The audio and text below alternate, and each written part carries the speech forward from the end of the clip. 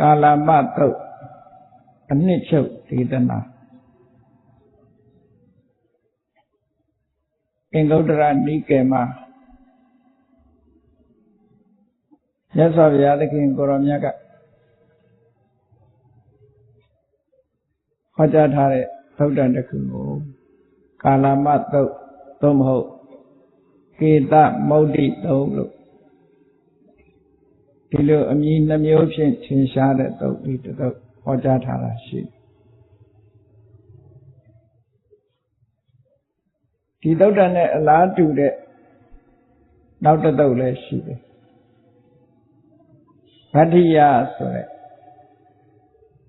မင်းသားတဦးကိုဟောထားတဲ့သုတ္တန်ဒီသုတ္တန်နဲ့အလားတူတဲ့သုတ္တန်တစ်ခုဒီကာလမသုတ်ဆိုတာတော့ဘုရားဘာသာကိုလေ့လာကြတဲ့နိုင်ငံသားတွေကစပြီးဒီသုတ္တန်ကိုအလေးကရုထားပြီးတော့ညှို့ဆိုလေးရှိကြတယ်ဘာလို့လဲဆိုတော့ဒီသုတ္တန်ကစဉ်းစားဉာဏ်ကိုဦးစားပေးပြီးတော့ဟောကြားထားတဲ့သုတ္တန်ဖြစ်တယ်နောက်ဆုံးမှာဘာသာဝါဒတွေကိုညှင်းပယ်တဲ့ကွန်မြူနစ်ဝါဒီတွေကတောင်မှဒီသုတ္တန်ကိုသူတို့ကလက်ဆုပ်လက်ကင်ပြုပြီးတော့ပြောဆိုလေးရှိကြတာတွေ့ရသို့တော်လည်းထိုပြောဆိုမှုတွေဟာဘုရားမြတ်စွာရဲ့အာဘော်မကျဘူးပေါ့ဒါကိုသုတ္တန်ကိုဇလွဲအသုံးချတာမျိုးတွေလည်းရှိနိုင်တယ်မြတ်စွာဘုရားရဲ့ရည်ရွယ်ချက်အစစ်ကိုနားလည်ဖို့ဓမ္မအရေးကြီးပါတယ်အဲ့တော့ဒီသုတ္တန်ကိုကာလမသုတ္တန်လို့တော်တော်များများသိနေကြတာဒီသုတ္တန်နဲ့ပတ်သက်ပြီးတော့ဘုရားမြတ်စွာကဆွဆုံးမခြင်းခံရတဲ့ပုဂ္ဂိုလ်တွေကကာလမလူမျိုးတွေကာလမအမျိုးသားတွေပဲသို့တော့ဒီသုတ္တန်ဟောတဲ့နေရာကတော့ကေတမௌဒ္ဒဆိုတဲ့မြေကုန်းရွာကြီးမှာဟောတာဒီကာလမလူမျိုးတွေကကေတမௌဒ္ဒဆိုတဲ့မြေကုန်းရွာမှာနေကြတယ်အဲ့တော့မြေကုန်းရွာနဲ့နာမည်နဲ့ပြောမယ်ဆိုရင်တော့ကေတမௌဒ္ဒသုံးလို့ဒီလိုခေါ်နေပေါ့ဣတိကသုံးပုံမှာသုတ္တန်တွေကိုအမည်ပေးတဲ့အခါမှာမြတ်စွာဘုရားကိုယ်တော်တိုင်ကအမည်ပေးခဲ့တဲ့သုတ်တွေရှိတယ်သို့တော့ဘုရားကိုယ်တိုင်အမည်ပေးခဲ့တဲ့သုတ်ကအမတန်နည်းတယ်နောက်ပိုင်းမှာသံဃာယနာဆရာတွေကနေပြီးတော့မှတ်လို့သားလို့လွယ်အောင်ဟောကြားရာဌာနကိုရည်ညွှန်းပြီးတော့လည်းပဲသုတ္တန်တွေရဲ့နာမည်ကိုပေးတယ်ဒီသုတ္တန်တွေထဲမှာအဓိကဥတည်ပြီးတော့ဟောတဲ့ပုဂ္ဂိုလ်ရဲ့နာမည်နဲ့လည်းသုတ္တန်တွေကိုအမည်ပေးခဲ့တယ်သူသုတ္တန်ထဲမှာပါတဲ့အကြောင်းအရာတရားရပ်ကိုခေါ်ညွှန်းပြီးတော့လည်းသုတ္တန်ရဲ့နာမည်ကိုပေးကြ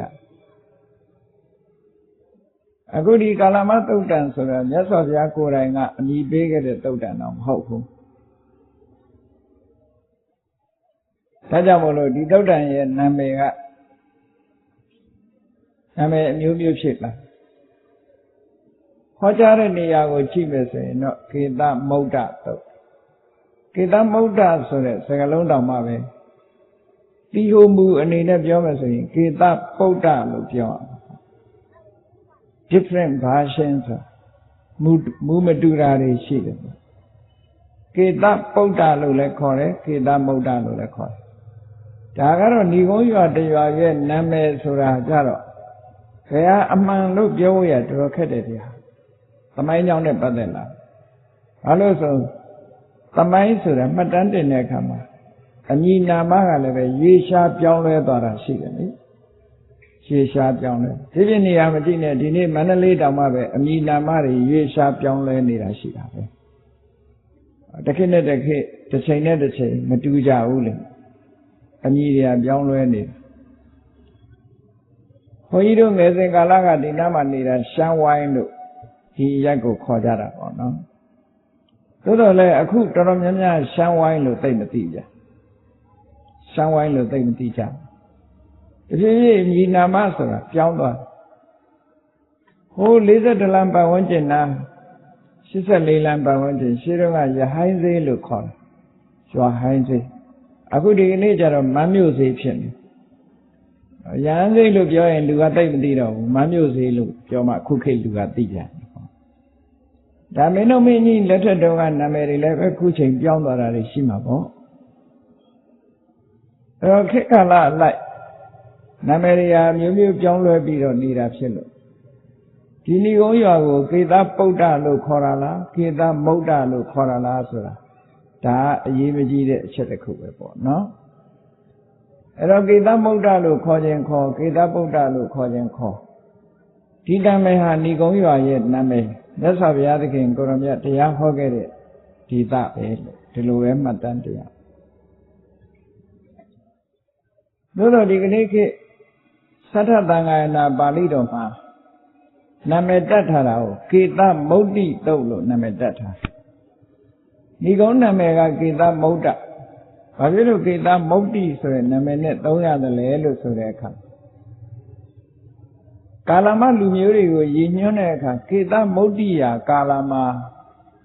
ကေသမုဒ္ဒဏီကုန်းမှာနေကြတဲ့ကာလမလူမျိုးတွေတခြားနေရာမှာနေတဲ့ကာလမလူမျိုးတွေကရှိကောင်းရှိနိုင်သေးတာဟုတ်ဒါကြောင့်မလို့အရင်ကတော့ဒီနေရာရှမ်းဝိုင်းဆိုတော့ရှမ်းနေနေတာဖြစ်လိမ့်မယ်ခုတော့ရှမ်းနေမရှိတော့ဘူးလေတူတယ်ရှေးကတော့ယူရီးယားသေးဆိုလဲယူရီးယားတွေနေခဲ့တဲ့နေရာဖြစ်တော့ဘုရင်တွေလက်ထက်ကအကွက်အစုချပြီးတော့ထားလေးရှိတာတဖြည်းဖြည်းယူရီးယားလည်းဗမာဖြစ်သွားရှမ်းကလည်းဗမာဖြစ်သွားဟိုတောင်မြို့အမရပုရမှာဆိုလို့ရှိရင်လည်းကသဲတို့ဘာတို့ရှိသေးတာဒီမန္တလေးတောင်ကသဲဝင်းနေပါလိမ့်ရှိကသဲဆိုတာမဏိပူရီတွေကိုခေါ်တာပေါ့သူတို့ကလည်းတဖြည်းဖြည်းညားရနောက်လိုက်သွားပြီးတော့ဗမာတွေဖြစ်ကုန်တော့ကသဲဆိုတာကြောက်တော့ပြန်ဒီလိုပဲဖြစ်မှာပေါ့နော်သဘာဝတရားကြီးရဲ့ပြောင်းလဲမှုအဲ့ဒီမှာလဲကာလမလူမျိုးတွေကကေသမုဒ္ဒမှာနေတဲ့ကာလမလူမျိုးတွေကိုပါဠိစာပေနဲ့ကေသမုဒ္ဒိ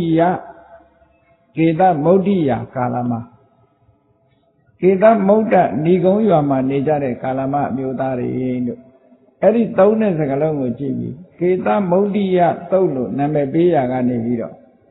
ရဖြုတ်ပြီးတော့ကေသမုဒ္ဒိလို့ဒီလိုခေါ်လာတာဖြစ်တော့ဒါတွေကအမည်နာမဆိုတာတခါတည်းအကြောင်းတစ်ခုခုကိုဆွဲပြုပြီးတော့ပေးကြတာဒါကအဓိကမဟုတ်ဘူးကဲဒီသုတ္တံမှာမြတ်စွာဘုရားစီလာရောက်ပြီးတရားနာတဲ့ပုဂ္ဂိုလ်တွေကကာလမလူမျိုးတွေဟောကြားတဲ့ဒေသကကေသမုဒ္ဒဏီကုန်းလို့ဆိုတာဒါတော့တော့သိရပြီပေါ့နော်မြတ်စွာဘုရားသခင်ကိုရောမြတ်ဟာကောသလတိုင်းကာတိနဲ့ကောသလနှစ်ခုထဲမှာကောသလတိုင်းထဲကိုဒေသစာရီကြွအနေနဲ့ရက်ကိုကြွချီတဲ့အခါမှာကေသမုဒ္ဒဆိုတဲ့ဏီကုန်းရွာကိုရောက်သွားဘုရားရောက်လာတယ်ဆိုရင်ပဲမြတ်စွာဘုရားရဲ့အမတမသရင်ကြီးတာဘုံသရင်ကြီးတာဘုရားကိုဘုရားဘာသာဟုတ်သူရောမဟုတ်သူရောမြို့ရွာမှာရှိကြတဲ့ပုဂ္ဂိုလ်တွေကအုတ်အော်တောင်းလဲလာပြီးတော့တွေ့ကြနာမည်ကြီးပုဂ္ဂိုလ်ကြော်ကြားထင်ရှားတဲ့ဘာသာရေးခေါင်းဆောင်တဦးပေါ့မြတ်စွာဘုရားကြွလာတယ်ဆိုလို့ရှိရင်အဲ့ဒီခေတ်ကဒီလိုပဲခုံတရင်အမတန်မှကြီးတော့လာရောက်ပြီးတော့မမြင်ဘူးလို့ကြီးတဲ့လူလည်းပါလူမျိုးစုံပေါ့နော်ခဏခေတ်လိုပဲပေါ့ဒါကတော့မဆန်းဘူးထူးဆန်းပြီးတော့မမြင်ဘူးလို့နာမည်ကြီးတယ်ဆိုရင်လာကြည့်တယ်အဲ့ဒါလို့မြတ်စွာဘုရားကေသမုဒ္ဒဏီကုန်းရောက်လာတဲ့အခါကျတော့ကေသမုဒ္ဒရွာမှာအများစုဖြစ်တဲ့ကာလမလူမျိုးတွေဘုရားကိုလာပြီးတော့တွေးဆုံကြတယ်တွေးဆုံတဲ့အခါမှာအလုံးဟာဘုရားဘာသာဝင်နေကြီးမဟုတ်ဘူးဘုရားကိုကြီးညိုတဲ့ပုဂ္ဂိုလ်တွေကြီးမဟုတ်ဘူးလာရောက်ပြီးတော့တွေးကြတဲ့အခါမှာဘုရားကိုကြီးညိုရင်းဆွဲရှိတဲ့ပုဂ္ဂိုလ်တွေကတော့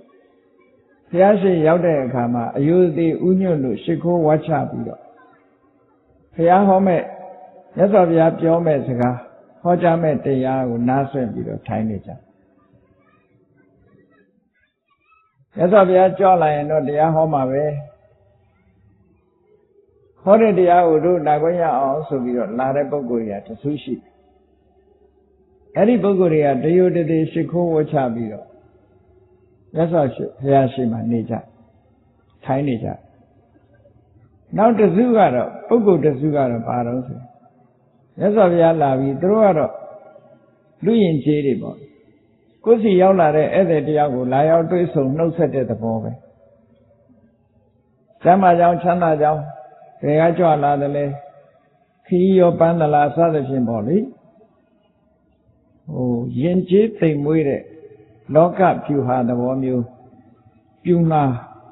မြတ်စွာဘုရားကိုလာပြီးတော့နှုတ်ဆက်ကြ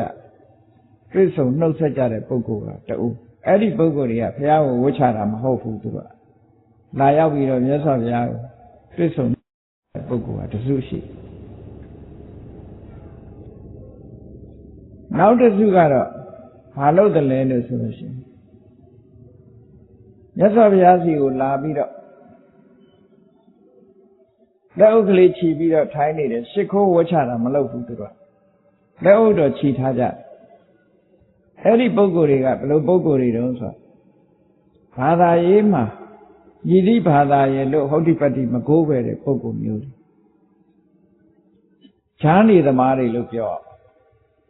ဘယ်လိုဈာနေကြတာတုံးဆိုသူတို့ကအကြံနဲ့လက်အုပ်ခြီးတဲ့ပုဂ္ဂိုလ်မျိုးတွေ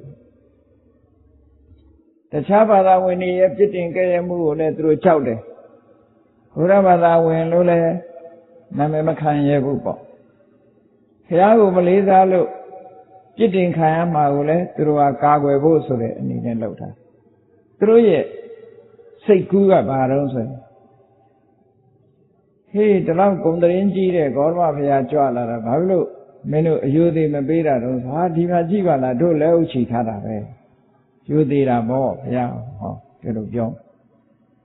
တခြားဘာသာဝင်တွေကမင်းတို့ဘာလို့ဂေါတမဗုဒ္ဓကိုရှ िख ိုးရတာလဲလို့ဆိုရင်ဟာလက်ဥချီတာရှ िख ိုးတာမှမဟုတ်တာဟောအဲ့ဒါလို့စိတ်ကူးနဲ့လက်ဥချီထိုင်းနေတဲ့ပုဂ္ဂိုလ်ကလည်းတစုပါလာတယ်အဲ့ထက်ဒါမို့လူမျိုးစုံလို့ပြောတယ်နော်နောက်တစ်စုကတော့ဘာလို့တုံးဆိုရင်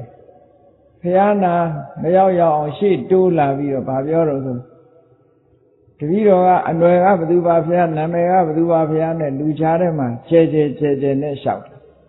ကိုယ်ကိုဖော်ထုတ်ပြီးတော့လျှောက်တဲ့ပုဂ္ဂိုလ်အဲ့ဒီပုဂ္ဂိုလ်တွေကလူစုလူဝေးရောက်လာတဲ့အခါမှာအခွင့်အရေးယူကြတာပေါ့လူတို့ပိဋကစုစုံမိနေတဲ့အချိန်သူဘသူပါဆိုတာသိအောင်လို့ခုခေတ်စကားနဲ့ပြောရင်ဆိုမန္တတိုင်တက်တဲ့ပုဂ္ဂိုလ်တွေပေါ့နော်သူကဘသူပါတစ်ချိန်တုန်းကသူတို့ကထင်ရှားခြင်းထင်ရှားခဲ့မယ်အဲ့ဒီအချိန်မှာတိမ်မြုပ်နေလူကသိပြီးတော့မသိကြမသိတာကိုလူသိခြင်းလို့ဖြစ်ပေါ်ကြော်ကြားခြင်းလို့ဘုရားရှိခိုးသူတို့ကလျှောက်တယ်တပည့်တော်ကဘယ်အမျိုးအနွယ်ကပါတပည့်တော်ရဲ့နာမည်ကဘသူပါနဲ့ဆိုပြီးတော့လူချားထဲမှာလူသိထင်ရှားဖြစ်အောင်ကြိုးစားကြတဲ့ပုဂ္ဂိုလ်မျိုးအခွင့်အရေးသမားမျိုးတွေလည်းပါတယ်တဲ့အဲ့ချင်းနောက်ဆုံးတစ်စုကတော့မြတ်စွာဘုရားစီရောက်ပြီးတော့ဒီတိုင်းပဲဘာမှလည်းမလျှောက်ဘူးကျမ်းမာကြောင်းချမ်းသာကြောင်းလည်းမမေးဘူးမုတ်တုတ်ထိုင်းနေတဲ့လူတစ်စုကလည်းပါသေးတယ်ဟောမြတ်စွာဘုရားကြွလာလို့လာရောက်တွေ့ဆုံကြတဲ့ပုဂ္ဂိုလ်တွေကအဲ့လို၅မျိုးရှိလာတယ်ပေါ့နော်ဒီလိုအခြေအနေပရိသတ်မြတ်စွာဘုရားကိုလာရောက်တွေ့ဆုံကြတဲ့ပရိသတ်တွေခေါင်းဆောင်ပြီးတော့လာတဲ့ကာလမမျိုးသားတွေကမြတ်စွာဘုရားကိုလျှောက်တယ်ရှင်ဘုရားတဲ့တပည့်တော်တို့စီသမဏဗြဟ္မဏတွေဘာသာရေးဆရာတွေရောက်ပြီးတော့လာကြတယ်တဲ့ရောက်မှာပေါ့ကေသမုဒ္ဒဆိုရင်ဏီကုံကြီးကသူကပါဠိတော်မှာတော့ဖော်ပြမထားပေမဲ့အထက်ကထာကနေပြီးတော့သူပဲဒီဏီကုံရွာကြီးကဘယ်နေရာမှာရှိတယ်ဆိုတဲ့ location ကိုဖော်ပြထားတာရှိတောကြီးတစ်ခုကိုဖြတ်တန်းသွားမဲ့အဝမှာကေသမုဒ္ဒဏီကုံရွာကြီးရှိတာတောကြီးတစ်ခုကိုဖြတ်ရတော့မယ်ဆိုရင်အဲ့ဒီရွာမှာစခန်းချ ရိတ်ခါတွေပဲဖြည့်တင်းပြီးတော့မှဟိုဘက်တောဘက်ကိုဖြတ်တောကြီးကိုဖြတ်တန်းလာတဲ့ပုဂ္ဂိုလ်တွေကလည်းကေသမုဒ္ဒမှာစခန်းချပြီးတော့မှရှေ့ခီးဆက်ကြမှာဟုတ်အဲ့တော့စခန်းအမတန်ကောင်းတဲ့နေရာလို့ဒီလိုပြောအောင်အဲ့တော့ခုခေတ်အမြင်နဲ့တော့မကြည့်နဲ့ပေါ့ရှေးတုန်းကတော့မြင်းနဲ့ဆင်းနဲ့ဒီလိုသွားခြင်းသွားကြမယ်ယထာနဲ့သွားကြမယ်လှဲနဲ့သွားကြခုလိုကားနဲ့မြန်မြန်ဆန်ဆန်သွားလို့မရကုန်းချောင်းသွားတာရှိတယ်အဲ့လိုသွားတဲ့ပုဂ္ဂိုလ်တွေကတောအုပ်ကြီးတစ်ခုကိုဖြတ်ရတယ်ဆိုတာအစာရေစာတို့အန္တရာယ်တို့ကာကွယ်မှုတွေပြင်ဆင်ပြီးတော့မှသွားကြရတာဟုတ်ဘာသာရေးတရားဟောပြောတဲ့ပုဂ္ဂိုလ်တွေဘာသာယူဝါဒများပြားလာတဲ့ခေတ်ကာလမှာဘာသာရေးယူဆရှိတဲ့ပုဂ္ဂိုလ်တွေအားလုံးကိုသမဏဗေမဏလို့သမဏခိုင်းနဲ့ဗေမဏခိုင်းအိန္ဒိယမှာထွန်းကားခဲ့တဲ့ဘာသာခိုင်းနှစ်ခုဥတည်ပြီးတော့ဒီလိုပြောသူတို့ကလည်းရောက်လာလို့ရှိရင်ကေသမုဒ္ဒိမှာကေသမုဒ္ဒဆိုတဲ့ဏီကုန်းရွာမှာစခန်းချပြီးမှတောကိုဖြတ်တောအုပ်ကြီးကိုဖြတ်တောအုပ်ကြီးဖြတ်လာတဲ့ဘာသာရေးသမားတွေကလည်းပဲတောအုပ်ကြီးဖြတ်တန်းလာလို့ပင်ပန်းလာတော့ကေသမုဒ္ဒမှာပဲစခန်းချကြစခန်းချပြီးတော့မလုပ်တော့ဆိုရင်တရားဟောကြတာပေါ့ကိုယ်ယူဝါဒကိုကိုဟောပြောသွားကြအဲ့ဒါလိုဟောပြောတဲ့အခါမှာတုံးတဲ့သူကအမတမဆန်းကျင်တဲ့အကြောင်းအရာတွေဟောကြတာတချို့ဘာသာရေးဆရာတွေကဟောသွားတယ်တမလုံးလောကဆိုတာမရှိပါဘူးသေပြီးတာပဲမင်းတို့သေပြီးတဲ့နောက်မှာဘာမှမရှိဘူးကုသကံအကုသကံရဲ့အကျိုးတရားဆိုတာလည်းမရှိဘူးဆိုတဲ့အလုံးကိုကံကံဤအကျိုးကိုညှင်းပယ်ပြီးတော့ဟောပြောသွားတဲ့ပုဂ္ဂိုလ်တွေလည်းရှိတချို့ပုဂ္ဂိုလ်တွေကြတော့ပါလဲဆိုအကုသိုလ်ဆိုတာရှိမှမရှိတာမရှိသည့်အတွက်ကြောင့်အကုသိုလ်လုပ်လို့မရဘူးတဲ့အကုသိုလ်ဆိုတာလုပ်လဲအကုသိုလ်မရှိသည့်အတွက်ကြောင့်လုပ်လို့မရဘူးလို့ဒီလိုဟောပြောသွားတဲ့ပုဂ္ဂိုလ်တွေလည်းရှိနောက်တဲ့အုပ်စုတစ်ခုလာတဲ့အခါကျတော့ဓမ္မလောကဆိုတာရှိတယ်ကုသိုလ်ကံအကုသိုလ်ကံတွေရဲ့အကျိုးတရားဆိုတာလည်းရှိတယ်ကုသိုလ်ကံအကုသိုလ်ကံဆိုတာလည်းလုပ်လို့ရတယ်အကျိုးတရားဆိုတာလည်းရှိတယ်လို့ဟောပြောပြီးတော့သွားအဲ့တော့ကေသမုဒ္ဒကလူတွေကဘာသာတရားတွေအမျိုးမျိုးနားနေရတဲ့အခါသူတို့ဘာဖြစ်လဲလို့ဆိုတန်တရားတွေဖြစ်ပွားတာပေါ့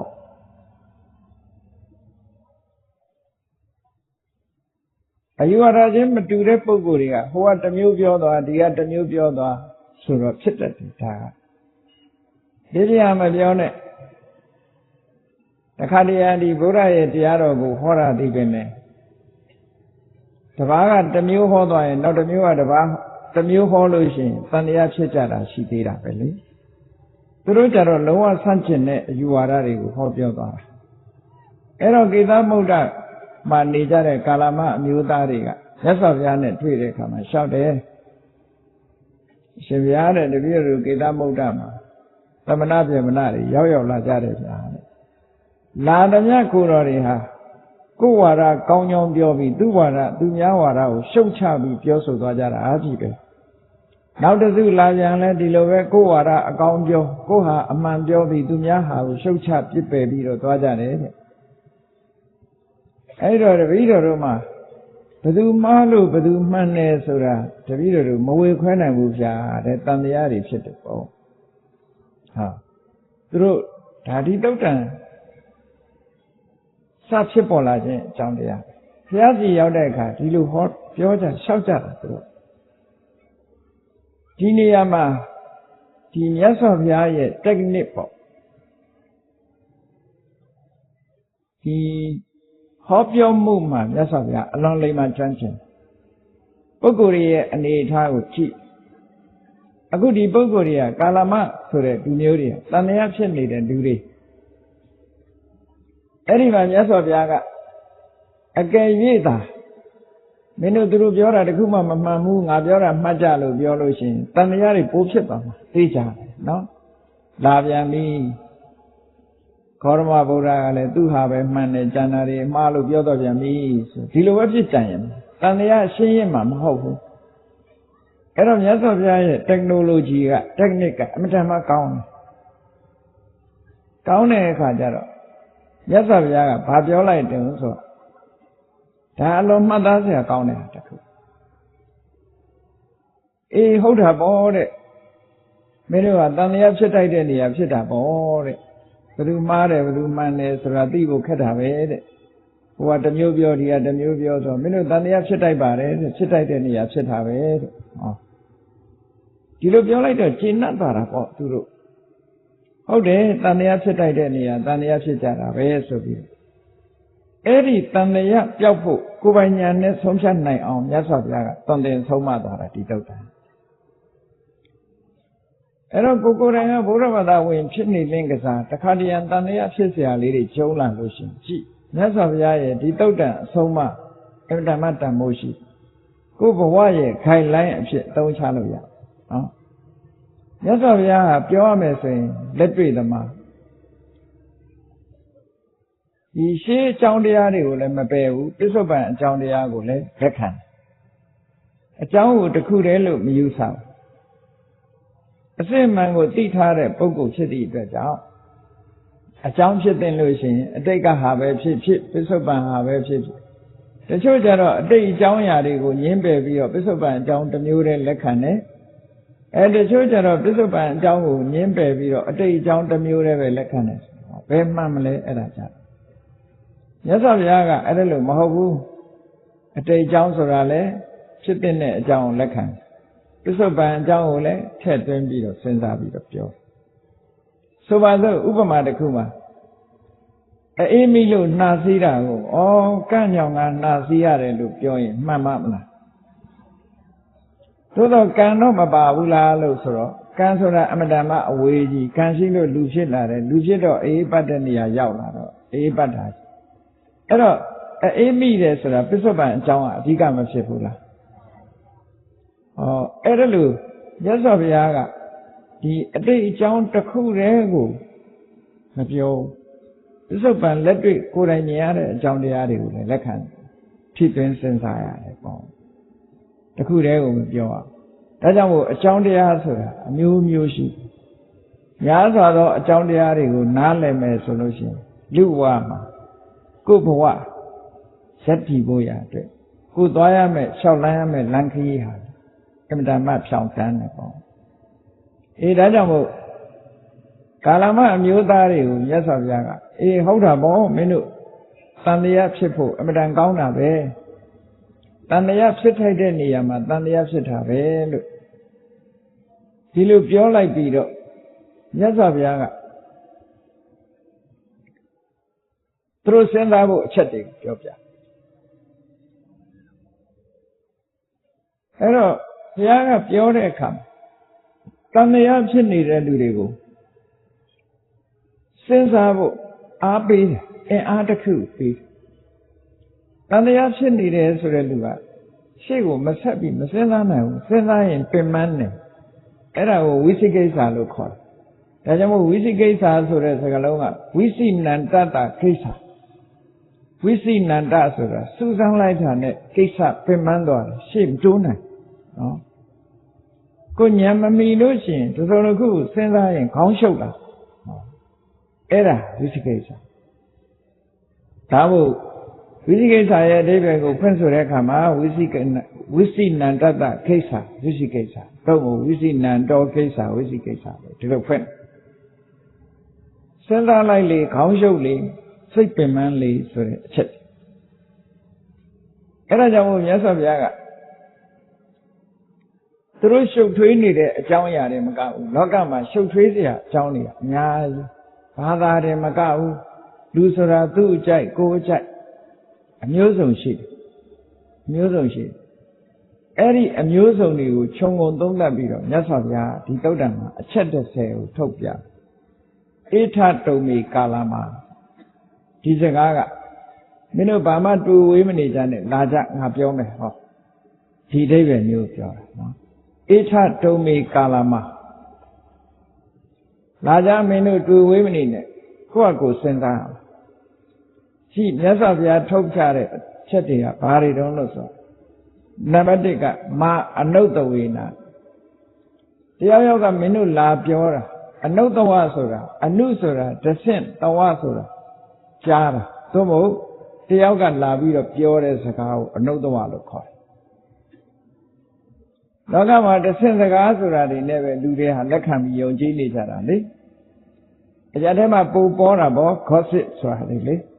ဟိုအိမ်ကဟိုအိမ်လဲပြောဒီအိမ်ကဒီအိမ်လဲပြောဟိုရက်ွက်ကဒီရက်ွက်လာပြောနေဘာတဲ့ညာတဲ့နဲ့ဆိုတာဒါမျိုးတွေအများကြီးရှိတာပေါ့နော်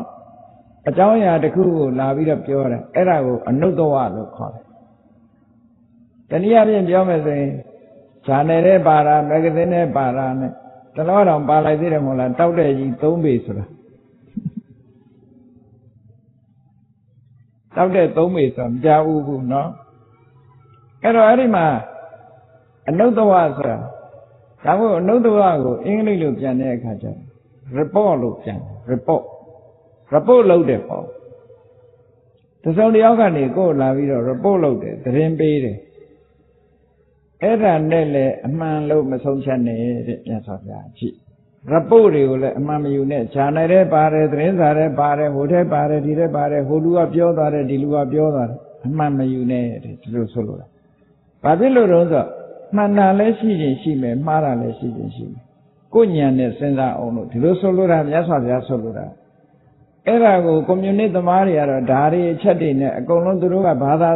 သာတရားတွေအကုန်လုံးပြစ်ပယ်ချင်တာနဲ့ဒီစကားလုံးတွေကိုသုံးပြီးတော့ဘာသာတရားတွေကိုအကုန်ပုတ်ခတ်သွားအဲ့ဒါတော့မမှန်ဘူးနော်မြတ်စွာဘုရားရဲ့ဆိုလိုရေးအဓိပ္ပာယ်ကဘာလို့ဆိုမင်းသူများကလာပြီး report လုပ်လို့ရှိရင်အဲ့ဒါလေးတွေရပ်မနေနဲ့ကိုယ့်အကိုဟုတ်တယ်မဟုတ်ဘူးဖြစ်နိုင်တယ်မဖြစ်နိုင်ဘူးကိုယ်ပိုင်ဉာဏ်ကိုအသုံးချအောင်လို့ပြောတယ်ဘလောက်ခေါင်းလောကလူတွေကလွယ်လွယ်နဲ့ယုံတတ်တယ်လေအောက်ကအစီရင်ခံစာတက်လာတယ်ဆိုလို့ရှိရင်လက်ခံလိုက်တာဟုတ်လားမဟုတ်လားဆိုတာစဉ်းစားရအောင်အစီရင်ခံစာဆိုတာအကုန်လုံးမှတ်နိုင်ပါမလားမမှန်နိုင်ဘူးဟိုလူကလာပြောလဲမှန်တာမဟုတ်ဒီလူကလာပြောလဲမှန်တာမှမဟုတ်တာဒီရင်အစီရင်ခံစာမပြောနဲ့ကိုယ့်အိမ်ကိုမိသားစုတွေပဲကြည့်သမီးကလာပြောသားကလာပြောဟိုလူကလာပြောဒီလူကလာပြောအမှန်ကြီးအောင်းမိတ်မနေနဲ့အမေမသိစေနဲ့အဖေမသိစေနဲ့အများကြီးပဲမရှိဘူးလားအမေမသိနဲ့အမေမသိစေနဲ့အဖေမသိစေနဲ့ဆိုဒီကတော့ဟုတ်မှတ်အဲ့ဒါကြောင့်မို့ report လေးနဲ့တင်ပဲကျင့်တတ်မနေနဲ့မြတ်စွာဘုရားဆိုလိုတာကအနုတ္တဝလို့ဆိုရယ်တစင်ကြားစကားလေးနဲ့တင်မှန်တယ်လို့မဆုံးဖြတ်နဲ့အောင်မှန်တာလည်းရှိတယ်မှားတာလည်းရှိတယ်ဟောမသေးချဘူးလို့ပြောဒါအမှန်မဲ့လေစဉ်းစားကြည့်ပေါ့အဲ့ဒါကိုဆိုလိုတယ်မာအနုတ္တဝေနနောက်တစ်ခုကတော့မာပရံပရာယပရံပရဆိုတာရှေ့ဘိုးဘွားပြီးပင်လက်ထက်ကလေးကလှုပ်လာတဲ့အလုပ်တစ်ခု tradition လို့ခေါ်တယ်နော် tradition လို့ခေါ်တယ်မျိုးရိုးအစဉ်လာကနေပြီးတော့လောက်ကင်လာကြအဲ့ဒါဟာလေဒါတို့ဘိုးဘွားလက်ထက်ကလေးက tradition ပဲတို့ရဲ့ဓလေ့ထုံးစံပဲဆိုပြီးတော့လုပ်နေကြတာအဲ့ဒါကိုလည်းပဲမြတ်စွာဘုရားကဒါနဲ့အမှန်တရားကိုဆုံးဖြတ်လို့မရဘူးတဲ့ tradition ဆိုတာမှားတာလည်းရှိတယ်မှန်တာလည်းရှိတယ်အမှန်တရားကိုရှာဖွေတဲ့နေရာမှာဒါအသုံးမချ research လုပ်တဲ့အခါမှာဒါတွေနဲ့ research လုပ်လို့မရဘူးလို့ပြောတာအဓိပ္ပာယ်ကနော်အမှန်တရားကိုရှာခြင်းပြီဆိုလို့ရှိရင် tradition နဲ့မရှာနဲ့ရှာရင်မှန်တာရှိခြင်းရှိမယ်မှားတာရှိခြင်းရှိမယ်မသေးကြဘူးလို့ပြောတာ tradition ဆိုပါတော့ tradition ရဘုန်းကြီးတို့တခါတော့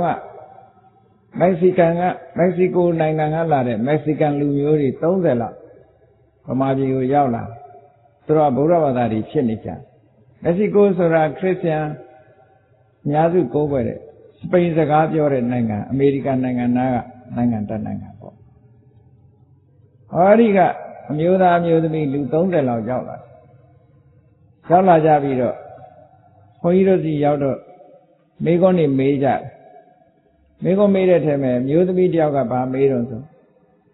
သူမဟာမြတ်မုနိဖရာကြီးကိုသွားဖူးတယ်တဲ့မှန်တဲ့ဖူးတဲ့အခါမှာခန္ဓာကိုယ်တိုင်နာလေးပါအမျိုးသမီးမဝင်ရဆိုဆိုင်ဖို့ရှိတွေ့ကြပါလိမ့်မယ်နော်အမျိုးသမီးမဝင်ရဆိုတဲ့ဆိုင်ဖို့ရှိတယ်အင်္ဂလိပ်လိုရေးထားတယ်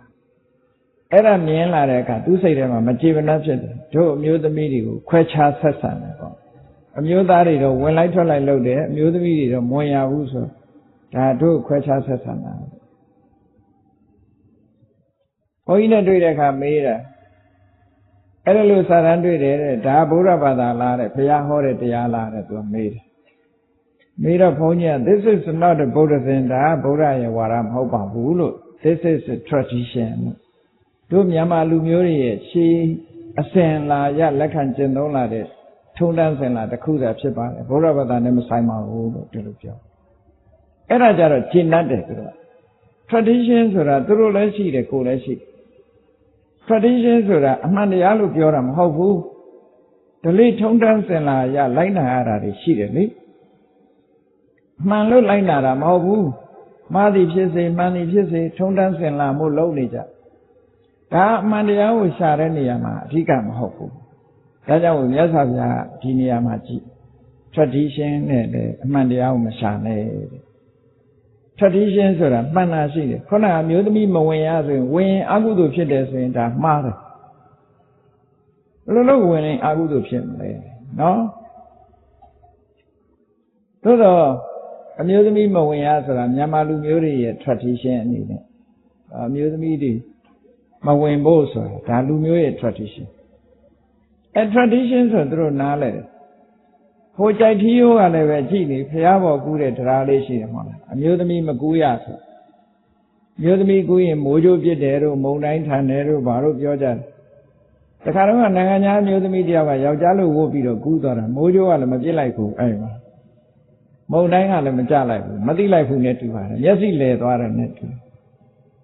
အကယ်၍ပြောတဲ့အတိုင်းမဖြစ်ရင်ဒါသိက္ခာကျ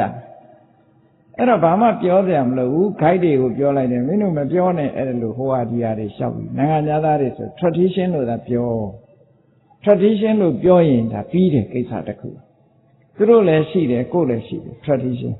ဒါ tradition ပဲလို့ဒီလိုပဲပြောရအဲ့ဒါကြောင့်မို့ tradition ဆိုတာဟုတ်သည်ဖြစ်စေမဟုတ်သည်ဖြစ်စေအမှန်တရားကိုရှာရမယ့်ဟာမဟုတ်သည့်အတွက်ကြောင့်ရသော်ဘုရားက tradition နဲ့လည်းအမှန်တရားကိုမရှာနဲ့တဲ့အဲ့ဒီတင်လမ်းမဆုံးနဲ့ပေါ့မှန်ကန်တဲ့ tradition ရှိတယ်မှားယွင်းနေတဲ့ tradition လည်းရှိတယ်ပေါ့ဒီလိုဆိုလိုတာနော်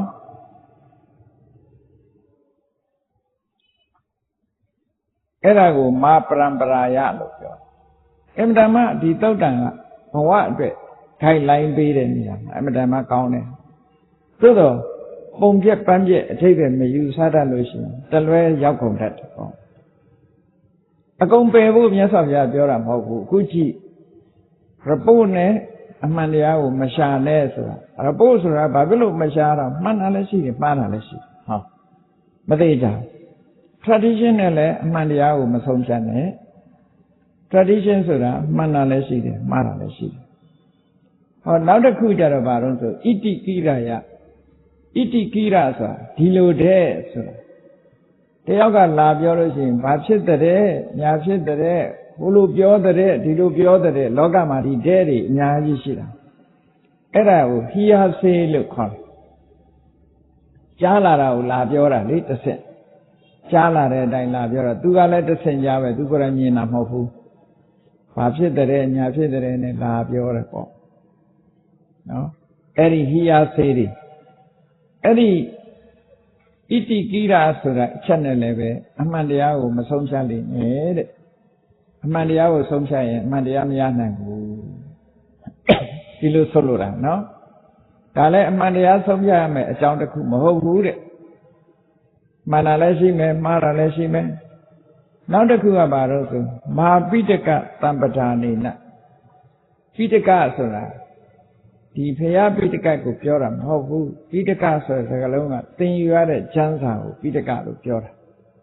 ပိဋကတံပဒါနေနစာထဲမှာပါတယ်ဆိုတာနဲ့လည်းအမှန်တရားကိုမဆုံးဖြတ်နဲ့ဒီလိုပြောတာနော်အဲ့ဒါကိုဒီစကားလုံးကိုယူသုံးပြီးတော့ပိဋကသုံးပုံဝါစကားတွေပယ်ကျင်တဲ့လူတွေကဒီစကားလုံးကိုယူသုံးပြီးတော့ရှောက်ပြောအဓိပ္ပာယ်မရှိဘူးအဲ့ဒါကိုဆိုလိုတာမဟုတ်ဘူးစာထဲပါတယ်ဆိုရုံနဲ့မှမယ်သတင်းစာထဲပါတယ်ဂျာနယ်ထဲပါတယ်ဘယ်စာအုပ်ကရေးထားတယ်ဘယ်တရားစာအုပ်ထဲပါတယ်ဘယ်သူစာအုပ်ထဲပါစာအုပ်ထဲပါတယ်ဆိုတာနဲ့အမှန်လို့ပြောလို့မရဘူးဒါတော့ဟုတ်တာပေါ့စာအုပ်ထဲကလည်းအမှားရေးခြင်းရေးမှာပဲလေမှားခြင်းမှားတာဒါကြောင့်မလို့စာအုပ်ထဲမှာပါတယ်ဆိုတာနဲ့လည်းပဲအမှန်တရားကိုဆုံးဖြတ်လို့မရဘူးဒါသိသဘာဝကြတာ ကိုယ်ပိုင်ဉာဏ်ကိုသုံးချဖို့မြတ်စွာဘုရားဟောနေတာနော်ဒီပိဋကသုံးပုံကိုပြောတာမဟုတ်ဘူးပိဋကတမ္ပဒာနေနဆိုတာသင်ယူရတဲ့ကျမ်းစာမှန်သမျှကိုပိဋကဆိုတဲ့အဓိပ္ပာယ်နဲ့သုံးတာတချို့နိုင်ငံသားတွေဘာသာပြန်လာတော့ပိဋကကိုချင်းတောင်းလို့ဘာသာပြန်လာလဲရှိတယ် basket ဆိုတဲ့စကားလုံးနဲ့သို့တော့ချင်းတောင်းကိုသာပိဋကလို့ခေါ်တာမဟုတ်ဘူးသင်ယူရမယ့်စာပေတွေကိုလည်းပိဋကလို့ခေါ်တယ်အဲ့တော့သင်ယူထားတဲ့ကျမ်းစာနဲ့ကိုက်တယ်ဆိုရင်လည်းအမှန်တရားကိုမဆုံးဖြတ်နိုင်ရဲ့မှားခြင်းလည်းမှားမယ်မှန်ခြင်းလည်းမှန်မယ်ဒါရင်ရပ်မထားနဲ့ကိုယ်ပိုင်ညာနဲ့ဆင်ញင်စဉ်းစားဖို့လိုအပ်တယ်လို့ဒီလိုဆိုလိုတာနော်ဟောနောက်တစ်ခုကဘာတော့ဆိုမာတက်ကဟိတုတက်ကဆိုတာဒီကနေ့ logic ကိုတက်ကလို့ပြန်တက်ကဆိုတာကြောင်းကျိုးအောင်စီလျော်အောင်တွေးတောဆင်ញင်မှုတက်ကဗေဒနီးလို့ခေါ်တွေးခေါ်မျှော်မြင်တဲ့နီးစနစ်တစ်ခုကိုတက်ကဗေဒ logic လို့ခေါ်အဲ့ဒီ logic နီးနဲ့လည်းပဲအမှန်တရားကိုရှာလို့မမှန်နိုင်ဘူးတဲ့ဆုံးဖြတ်လို့မရဘူးလို့ဒီလိုဆိုလိုတယ်နော်လောကမှာတက်ကဗေဒနီးတွေအများကြီးရှိတယ်လေကြောင်းကျိုးဆင်ញင်တာပေါ့ကြောင်းကျိုးဆင်ញင်တာကြောင်းကျိုးဆင်ញင်တဲ့နီးစနစ်တစ်ခုကဒီလိုဆိုလိုတာပေါ့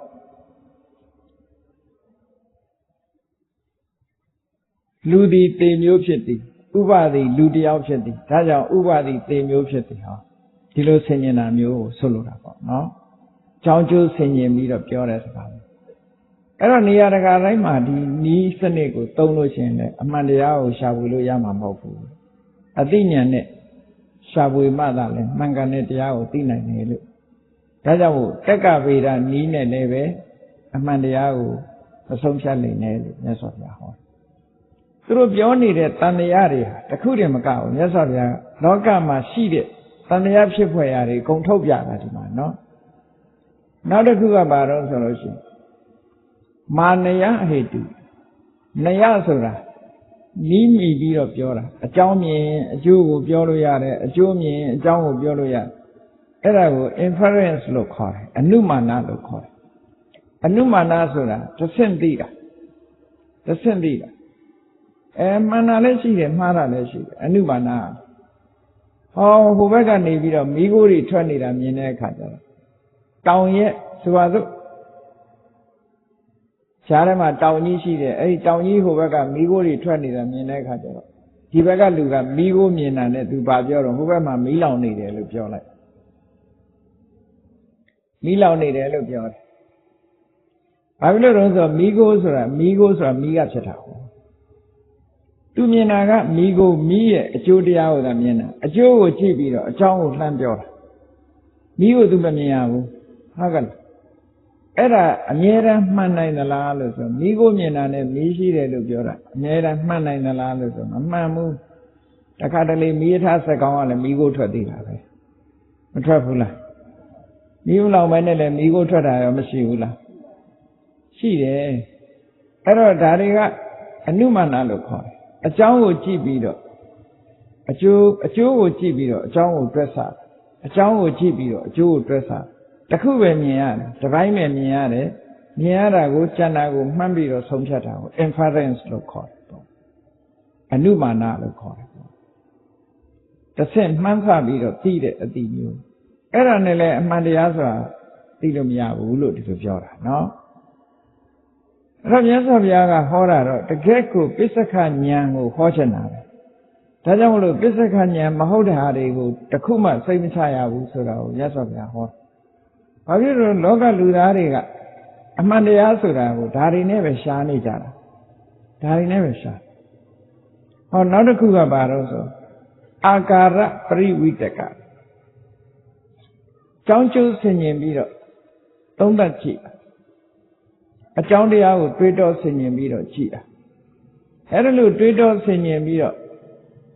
အတွေးအခေါ်တစ်ခုနဲ့အမှန်တရားကိုဆုံးဖြတ်ရင်ရောမှန်သလားလဲဆိုမမှန်ဘူးတဲ့ဒါလည်းပဲအမှန်တရားကိုဆုံးဖြတ်လို့မရဘူးလို့ဒီလိုဆိုတယ်နောက်တစ်ခုကဒိဋ္ဌိနေစာနဲ့ခန္တီဒ ဋ္ဌိဆိုတာကိုယ့်ရဲ့အမြင်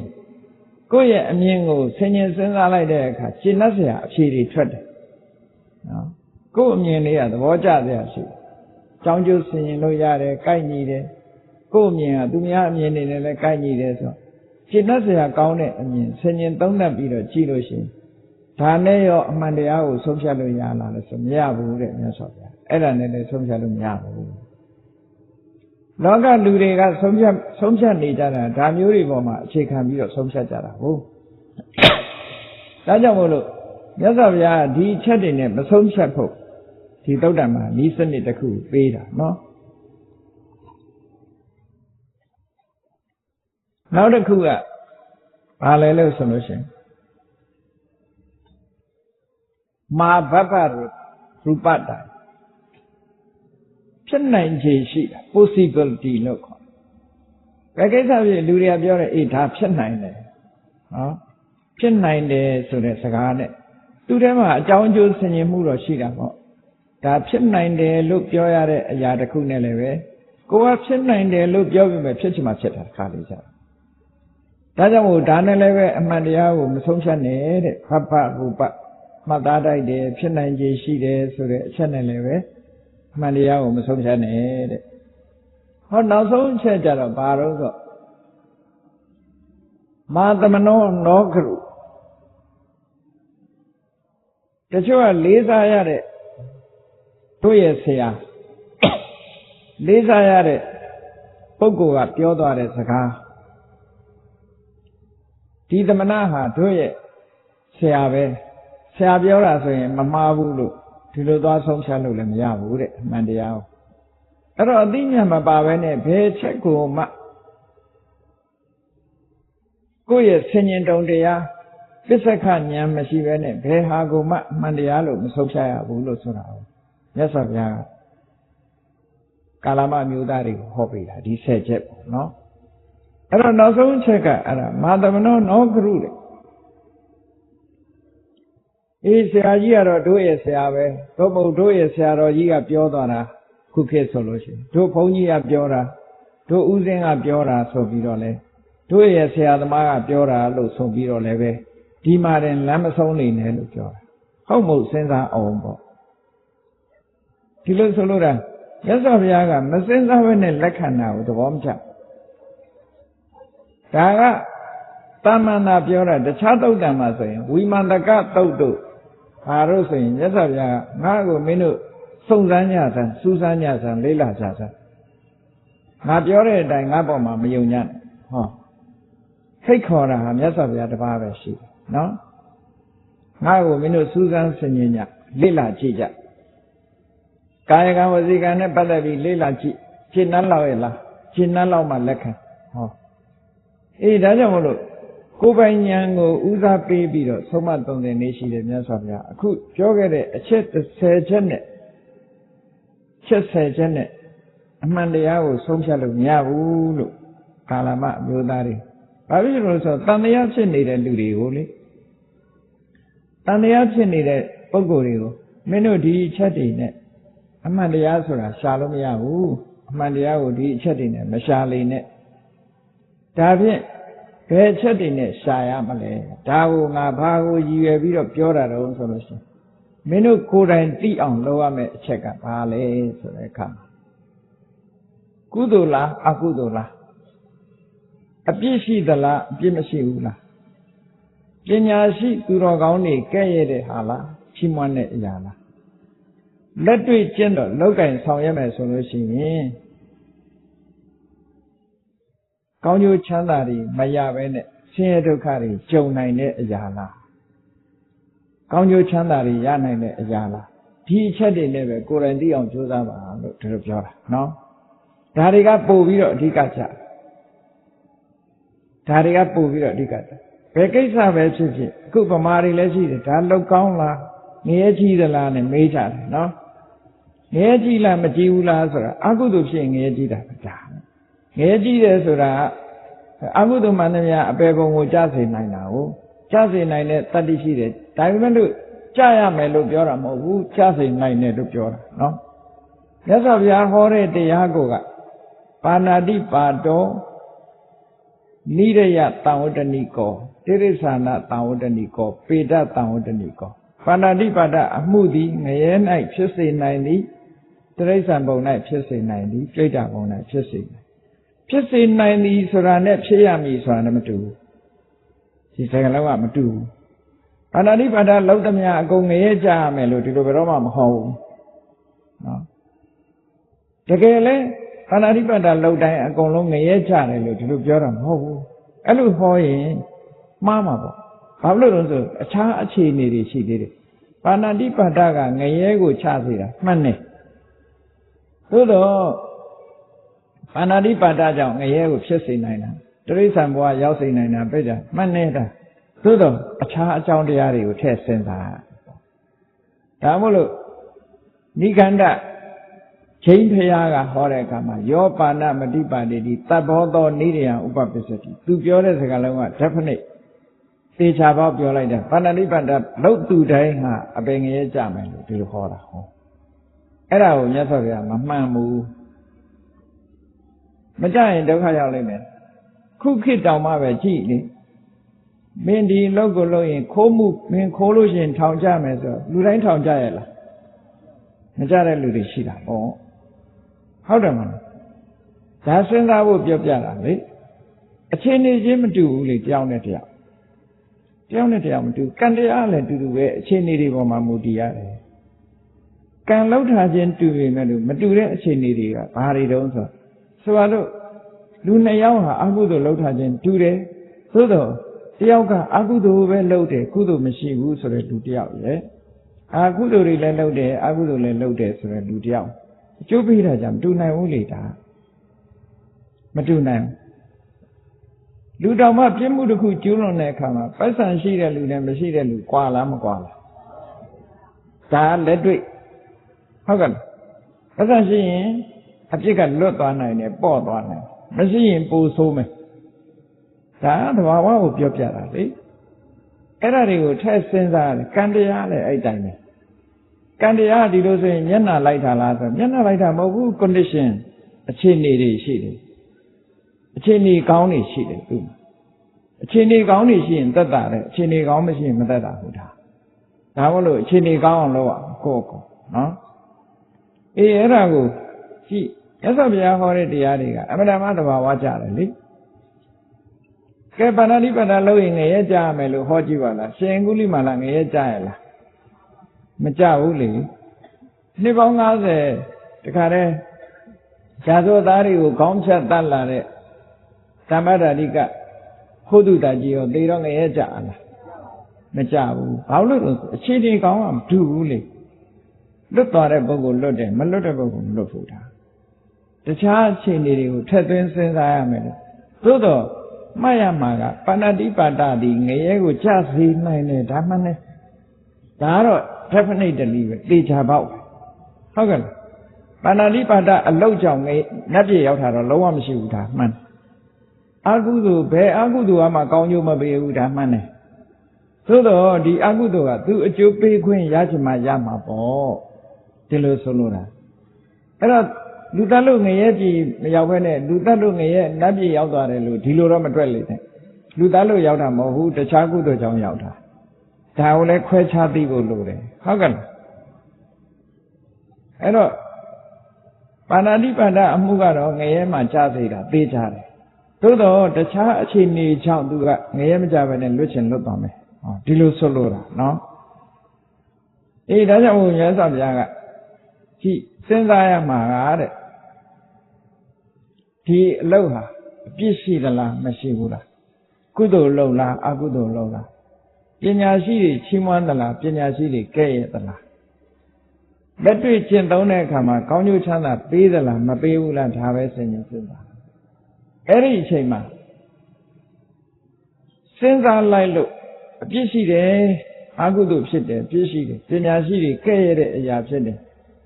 လက်တွေ့ကျင့်သုံးလို့ရှိရင်လည်းဒုက္ခရောက်နိုင်တယ်ဆိုတာကိုသိတာနဲ့တပြိုင်နက်ဖယ်လိုက်ပါတဲ့ဒါကိုမလုပ်ပါနဲ့လို့ပြောဟောအခုကိတူတွေကမကောင်းမှန်းတော့သိတယ်မှိတ်တုပ်နေတာအများကြီးလေဖယ်ပါကြတော့ဖယ်နိုင်ဘူးဟုတ်တယ်မလား ရသော်ဗျာနောက်တစ်ခုဟောတယ်ကဲပညာရှိတွေချီးမွမ်းတယ်ကုသိုလ်လည်းဖြစ်တယ်အပြစ်လည်းကင်းတယ်ပညာရှိတွေလည်းချီးမွမ်းတယ်လက်ခံကျင့်သုံးဆောက်တည်လိုက်လို့ရှိရင်လည်းကောင်းကျိုးချမ်းသာတွေကိုရတယ်လို့ဆိုတာသိတယ်သိရင်ချက်ချင်းကျင့်သုံးမှာဆိုတော့လည်းမကျင့်သုံးနိုင်ဘူးသူတွေကတန်လန်းနေပဲနေတာပဲလေတချို့ရက်တော့တယ်မကောင်းမှန်းသိတယ်ဒါပေမဲ့တန်လန်းမယ်ဟုတ်ကဲ့ဒီလောကမကောင်းဘူးလို့သိတယ်သိပြီမယ်လို့တန်လန်းမယ်မပြတ်သားတဲ့သဘောမြတ်စွာဘုရားကအသိဉာဏ်နဲ့သိလာပြီဆိုရင်မကောင်းတာဆိုရင်ချက်ချင်းဖယ်ကောင်းတာဆိုရင်ချက်ချင်းပြောင်းလဲပြီးကျင့်သုံးပါလို့ဒီလိုပြောတချို့ဘာသာဂျားတွေမှာဘုရားဘာသာကောင်းတယ်ဆိုတာသိတယ်သို့သောဘုရားဘာသာကောင်းတော့မင်းတို့လုပ်ပါလားဆိုမလုပ်နိုင်ဒီလိုလဲရှိတာပဲနော်မြတ်စွာဘုရားကဒီရဲရင်ပြတ်သားဖို့ကိုယ်ပိုင်ဉာဏ်နဲ့ဆုံးဖြတ်တတ်ဖို့သင်ပေးတာဒီတော့ကအဲ့တော့အရာရာဟာကိုယ်ပိုင်ဉာဏ်နဲ့ဆုံးဖြတ်တယ်ဆိုတဲ့နေရာမှာအဓိကအချက်ကဘာတော့ဆိုလက်တွေ့ကျင့်သုံးတဲ့အခါမှာကောင်းကျိုးကိုဖြစ်စေသလားမကောင်းကျိုးကိုဖြစ်စေသလားဒါအဓိကအကျဆုံးပဲဒီလိုဆိုလိုတာနော်အဲ့ဒီမှာမြတ်စွာဘုရားကအကုသိုလ်နဲ့ပတ်သက်ပြီးတော့လောဘဒေါသမောဟဒီသုံးမျိုးကိုရှင်းပြလောဘကလွှမ်းမိုးထားမယ်ဒေါသတွေလွှမ်းမိုးနေမယ်မောဟတွေလွှမ်းမိုးနေလောဘလွှမ်းမိုးတဲ့အခါမှာလိုချင်စိတ်တွေများပြီးတော့သူများတဲ့တတ်ခြင်းနဲ့တတ်မယ်သူများဥစ္စာခိုးခြင်းနဲ့ခိုးမယ်သူတစ်ပါးသားမယားစော်ကားခြင်းစော်ကားမယ်လိန်ပြောခြင်းနဲ့ပြောမယ်သူများကိုလည်းပဲဒီအလုပ်တွေတိုက်တွန်းခြင်းတိုက်တွန်းမယ်ဟုတ်မကောင်းတဲ့အလုပ်တွေကိုဒီလောဘလွှမ်းမိုးလာတဲ့ပုဂ္ဂိုလ်တယောက်ကမကောင်းတဲ့အလုပ်တွေဘက်ကိုဥလှည့်သွားတာဒေါသလွှမ်းမိုးခြင်းခံရတဲ့ပုဂ္ဂိုလ်ကလည်းပဲထို့တူပဲဒီဒုစရိုက်တွေဘက်ကိုဥလှည့်သွားမောဟဆိုတာတော့လှုပ်တင်တာနဲ့မလှုပ်တင်တာမသိဘူးမသိသည့်အတွက်ကြောင့်မလှုပ်တင်တာကိုလှုပ်တင်တယ်လို့ထင်တယ်လှုပ်တင်တာကိုမလှုပ်တင်ဘူးလို့ထင်တယ်ဆိုတဲ့မောဟလွှမ်းမိုးခြင်းခံရတဲ့ပုဂ္ဂိုလ်ကလည်းဒီတိုင်းပဲအဲ့ဒါလို့ဖြစ်တတ်တယ်တဲ့အဲ့ဒါကိုယ့်အကိုဆင်ញင်ဆုံးဖြတ်ကြည့်ရမယ်ဆင်ញင်သုံးသပ်ကြည့်လိုက်တဲ့အခါမှာဒီအလုပ်တွေကမကောင်းဘူးဆိုတာကိုသိလောဘလည်းမကောင်းဘူးဒေါသလည်းမကောင်းဘူးမောဟလည်းမကောင်းဘူးလောဘဒေါသမောဟရှိနေရင်လောဘဒေါသမောဟအကြောင်းပြုပြီးတော့ပါဏာတိပါဒလုပ်မှတ်နာပေါ့ရှင်လေးတကောင်ကိုယ်ကြိုက်လာလို့ရှိရင်ဒေါသဖြစ်ရင်ရိုက်လိုက်တာပေါ့မဟုတ်ဘူးလားလောဘဖြစ်တော့ကြက်မြင်တော့ကြက်သားစားတဲ့တော့တတ်လိုက်တာပေါ့လောဘဖြစ်ရင်လည်းမကောင်းတဲ့အလုပ်လုပ်တာပဲဟုတ်ကဲ့လားဒေါသဖြစ်ရင်လည်းပဲမကောင်းတဲ့အလုပ်လုပ်တာမောဟလုပ်ကောင်းတယ်မလုပ်ကောင်းဘူးမသိသည့်အတွက်ကြောင့်လည်းလုပ်တာအဲ့လိုလုံးလိုက်ပြီးတော့ဒုစရိုက်လုပ်ငန်းတွေလုပ်တော့ဆင်းရဲဒုက္ခတွေဖြစ်လာနိုင်တယ်ပေါ့အဲ့ဒါလိုဖြစ်လာတယ်ဆိုလို့ရှိရင်ဒီအလုပ်တွေကမကောင်းဘူးလို့ဆိုပြီးတော့မြတ်စွာဘုရားစွန့်ပယ်ရမယ်တဲ့ဒါတွေဟာ tradition နဲ့ဆိုင်သလားပြန်စဉ်းစားကြည့်လိုက်မဆိုင်ဘူးသူများကကြာလာပြီးတော့သတင်းပေးတာနဲ့ရောဆိုင်သလား report နဲ့ဆိုင်သလားမဆိုင်ဘူး tradition နဲ့လည်းမဆိုင်ဘူးဒီလိုတဲ့ဆိုတာဟီယာစေတွေနဲ့လည်းမဆိုင်ဘူးစာထဲမှာပါလို့ဆိုတာနဲ့လည်းမဆိုင်ဘူးဟုတ်ကဲ့လားအမှန်တမ်းလက်တွေ့ကျင့်သုံးဖို့မြတ်စွာဘုရားဟောထို့တူပဲကုသိုလ်ဘက်ကကြည့်မယ်ဆိုရင်အလောဘအရောဓအမောဟအလောဘရှိလာရင်ဒါနကောင်းမှုတွေလုပ်တယ်အရောဓရှိလာလို့ရှိရင်မေတ္တာရှိလာလို့ရှိရင်လူမှုကူညီရေးတွေလုပ်တယ်အမောဟရှိလာလို့ရှိရင်အရာရာဆင်ញင်တိုင်းထွာပြီးလုပ်တယ်ပါဏာတိပါဒကရှောင်းတယ်အာရိဏရဏကာမိတုမိစ္ဆာစာရမုဒဝါရဒါတွေကရှောင်းတယ်သူများကိုလည်းမကောင်းတဲ့ဘက်မတိုက်တွန်းဘူးဆိုဒုစရိုက်တွေကရှောင်းသည့်အတွက်ကြောင့်ပြစ်ကင်းတယ်ပညာရှိတွေကချီးမွမ်းတယ်တော်လိုက်တာချီးမွမ်းကြတကယ်လဲကိုလှုပ်တဲ့အခါမှာအလောဘကိုအကြောင်းပြုတယ်အရောဓကိုအကြောင်းပြုတယ်အမောဟကိုအကြောင်းပြုပြီးဖြစ်ပေါ်လာတဲ့အခြေအနေတွေကအခြေအနေကောင်းတွေကြီးပဲဖြစ်ပေါ်လာဒီလိုအခြေအနေကောင်းတွေဖြစ်ပေါ်နေတာခုနတုန်းကသူများကနေပြီးတော့အခြေအနေကောင်းတွေရှိတယ်လို့ပြောလို့လှုပ်တာလားကိုယ်တိုင်သိလို့လှုပ်တာလားကိုယ်တိုင်သိတာနော်ကိုယ်တိုင်သိတာ tradition မို့လှုပ်တာလားမဟုတ်ဘူးကိုယ်တိုင်သိတာဒီလိုဆိုလို့တာတက်ကနီးနဲ့စဉ်းစားပြီးတော့လှုပ်တာလား inference ဆိုတဲ့အနုမာနနဲ့တွေးခေါ်ပြီးလှုပ်တာလားဒါတွေလည်းမဟုတ်ဘူးအမှန်တရားဆိုတာကိုယ်ပိုင်ဉာဏ်နဲ့ဆင်ញင်သုံးသပ်ပြီးတော့ဆုံးဖြတ်တာလို့ ဒါကိုရည်ရွယ်ပြီးတော့ငါဘုရားဒီ10ချက်ကိုဟောပါတယ်လို့ဟောဘဝမှာဒီတိုင်းလိုက်နာနိုင်မယ်အကောင်းနဲ့အဆိုးအကြောင်းကျိုးဝေဖန်သုံးသပ်ပြီးတော့မကောင်းတာဆိုရင်စွန့်ကောင်းတာဆိုလက်ခံကျင့်သုံးဆိုရင်ဘဝမှာမပြည့်စုံဘူးလားပြည့်စုံတာပေါ့နော်ပြည့်စုံသွားပြီကဲပြည့်စုံသွားပြီဆိုတော့တဦးတယောက်အတွက်တော့ပြည့်စုံသွားပြီသို့တော့လူဆိုတာဟာကိုယ်တယောက်တည်းကောင်းလို့မရသေးဘူးလူဆိုတာ society နဲ့နေတာအပေါင်းနဲ့အသင်းနဲ့နေတာဆိုတော့အပေါင်းအသင်းနဲ့နေလို့ရှိရင်ဘယ်လိုနေရမလဲဆိုတာကိုမြတ်စွာဘုရားဆက်ဟောတယ်အဲ့ဒါကတော့ကြည့်လေအာလောဘအရောဓအမောဟလို့ဆိုတဲ့သဘာဝတရားတွေသူ့မှာရှိလာရင်သူကလောဘလည်းကင်းနေတယ်လောဘလည်းနည်းတယ်ဒေါသလည်းနည်းတယ်တွေ့ဝေမှုလည်းမရှိဘူးတတိတွေဉာဏ်တွေစဉ်းစားဉာဏ်တွေရှိလာတယ်ရှိလာသည့်အတွက်ကြောင့်သူစိတ်နေသဘောထားတွေဟာဘလို့မြင့်မြတ်လာတော့ဆိုအများရဲ့အကျိုးကိုလိုလားတယ်ဆိုတဲ့မေတ္တာစိတ်ဝင်လာဟော society မှာဆိုရင်မေတ္တာနဲ့နေတတ်လာကောင်းတဲ့ပဲရွေးချော်လိုက်တဲ့အခါကျငါရဲ့ငါပတ်ဝန်းကျင်ကလူတွေကောင်းကျိုးချမ်းသာတွေရကြပါစေအစဉ်ပြေကြပါစေချမ်းသာကြပါစေဟောဘေးကင်းကြပါစေရန်ကင်းကြပါစေဟောမေတ္တာစိတ်ထားတတ်လာကျိုးစီးပွားလိုလားလာနှိမ့်ကြပြီးတော့ဆင်းရဲဒုက္ခရောက်နေအစဉ်မပြေတဲ့ပုဂ္ဂိုလ်တွေလည်းအစဉ်ပြေကြပါစေဟောကရုဏာထားတတ်လာအောင်မြင်ကြီးပွားသွားတဲ့ပုဂ္ဂိုလ်တွေပေါ်မှာလည်းခြေလားစီမဖြစ်ဘဲနဲ့အောင်မြင်မှုတွေဆက်လက်ရရှိကြပါစေမုဒိတာပွားနိုင်တာဒါလည်းမကဘူးအလုံးအပေါ်မှာလူဆိုတာကိုယ်ကံနဲ့ကိုယ်လာကြတာဖြစ်သောကြောင့်နော်ကိုယ်ကံနဲ့ကိုယ်လာတာဖြစ်သောကြောင့်တွေ့တာမှုဆိုတဲ့ရှုထောင့်ကနေမကြည့်ပဲနဲ့ကံတရားဆိုတဲ့ရှုထောင့်ကနေကြည့်ပြီးတော့လူတွေကိုကူညီဆောက်ရှောက်လာတတ်တယ်ဥပိ္ပခတရားတွေဖြစ်ပေါ်လာတတ်တယ်အဲ့တော့ဥပိ္ပခဆိုတာဒီမဆိုင်ပဲနဲ့ပြစ်ထားတဲ့ဥပိ္ပခမဟုတ်ဘူးစိတ်ဓာတ်အနေနဲ့တည်ငြိမ်တာအလုံးဟာကိုယ်ကံနဲ့ကိုယ်လာတာကိုယ်သားသမီးပေါ်တော်မှာဥပိ္ပခမထားနိုင်လို့ရှိရင်ကြည့်လေကိုယ်ကဖြစ်စေချင်တာကတစ်ခုသားသမီးကဖြစ်နေတာတစ်ခုဆိုဥပိ္ပခမထားနိုင်ရင်ဘာဖြစ်လာတော့ဆိုရိုက်တယ်နှက်တယ်ဆုံးမတယ်အမျိုးစုံလို့တော့ကြာတော့ဒုက္ခရောက်ကုန်ဟုတ်ကဲ့ဥပိ္ပခဆိုတာဘယ်လိုထားမလဲသူလည်းသူကံနဲ့လာတာငါလည်းငါကံကောင်းကျိုးချမ်းသာရအောင်ကိုကဥတည့်ပေးရမယ်လှုပ်ပေးရမယ်ဒါကိုတောင်လှုပ်ပေးတယ်သို့တော့လှုပ်ပေးတာကိုမရကောင်းလားဆိုပြီးတော့ဒေါသဖြစ်နေတာဥပိ္ပခမထားနိုင်ဘူးဒီလိုဆိုလိုတာနော်အဲ့တော့ဥပိ္ပခဆိုတာကံတရားပေါ်မှာဆင်ញင်သုံးသပ်ပြီးတော့စိတ်ကိုတည်ငြိမ်အောင်ထားနိုင်တဲ့အနေအထားမျိုးစွန့်မရောက်အောင်ထားနိုင်တဲ့အနေအထားမေတ္တာရဲ့ကရုဏာရဲ့မုဒိတာရဲ့ဥပိ္ပခဒီလေးခုနဲ့နေလိုက်လို့ရှိရင်လူဆိုတာလည်း၄မျိုးရှိတာအလုံးပေါ်မှာခြုံငုံမဲ့ဆိုရင်မေတ္တာထားဒုက္ခရောက်နေတဲ့ပုဂ္ဂိုလ်တွေကြတော့မေတ္တာမဟုတ်ဘူးကရုဏာထားအောင်မြင်ကြီးပွားနေတဲ့ပုဂ္ဂိုလ်တွေကြတော့မုဒိတာထားအလုံးကိုတစ်ခါခြုံငုံပြီးတော့ဒီတာယောစဉ်တွေ့ခြင်းတာယောစဉ်ဖြစ်ခြင်းဆိုတာမျိုးတွေမဖြစ်စေပဲနဲ့အလုံးဟာသူကံနဲ့သူလာကြတာဆိုတဲ့အတွေးခေါ်နဲ့ဥပိ္ပခထားမေတ္တာကရုဏာမုဒိတာဥပိ္ပခဆိုတဲ့ဒီတရားတွေတတ္တဝါတွေအလုံးပေါ်မှာထားနိုင်ပြီဆိုလို့ရှိရင်ကိုယ့်အတွက်လည်းလုံလောက်တယ်အလုံးပတ်ဝန်းကျင်အတွက်လည်းလုံလောက်ပါတယ်ဆိုလိုတာကလောဘဒေါသမောဟတွေဖယ်ရှားပြီးတော့အလောဘအရောဓအမောဟတွေနဲ့ဥစည်းပြီးတော့လှုပ်ဆောင်သွားပြီလို့ဆိုလို့ရှိရင်ကိုယ်တကိုယ်ရေးတကာရအတွက်လုံလောက်လို့စိတ်ဖြူစင်သွားပြီ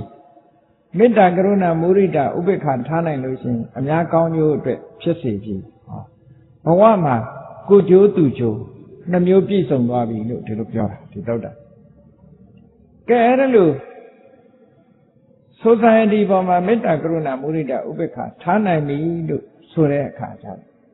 ပြဿနာကြံသေးသလားလို့ဆိုမဖြေရှင်းနိုင်တဲ့ပြဿနာတစ်ခုကြံသေးတယ်ဘာလဲကိုယ်တိုင်ကမဆုံးဖြတ်နိုင်လို့နောက်ဘဝဆိုတာရှိသလားမရှိဘူးလားဆိုကိုယ်မဆုံးဖြတ်နိုင်ဘူးဒါမှန်တယ်လေမြင်ရတာမှမဟုတ်တာဟုတ်ပြီးပြီးတဲ့နောက်ဘာဖြစ်မလဲဆိုတာကိုယ်တိုင်မဆုံးဖြတ်နိုင်ဘူးမဆုံးဖြတ်နိုင်တဲ့အခါကျတော့မြတ်စွာဘုရားကအဲ့ဒါအကျဉ်းဉာဏ်ဒီဆုံးမဩဝါဒပေးတာအဲ့ဒါလို့မဆုံးဖြတ်နိုင်တာကြတော့တေချာတာကိုလုပ်ဆိုပြီးတော့ဒီတုတ်တန်မှာ ချက်၄ချက်ဟာကိုယ့်အတွက်သက်သာရာရမယ်အချက်၄ချက်ဒီဘဝမှာကောင်းအောင်နေခြင်းဖြင့်ကိုယ့်ဘဝမှာနောင်ဘဝအတွက်နောင်ဘဝအရေးစိတ်အေးရမယ်အချက်၄ချက်ကိုမြတ်စွာဘုရားဟောတာဟုတ်မဟုတ်စဉ်းစားကြည့်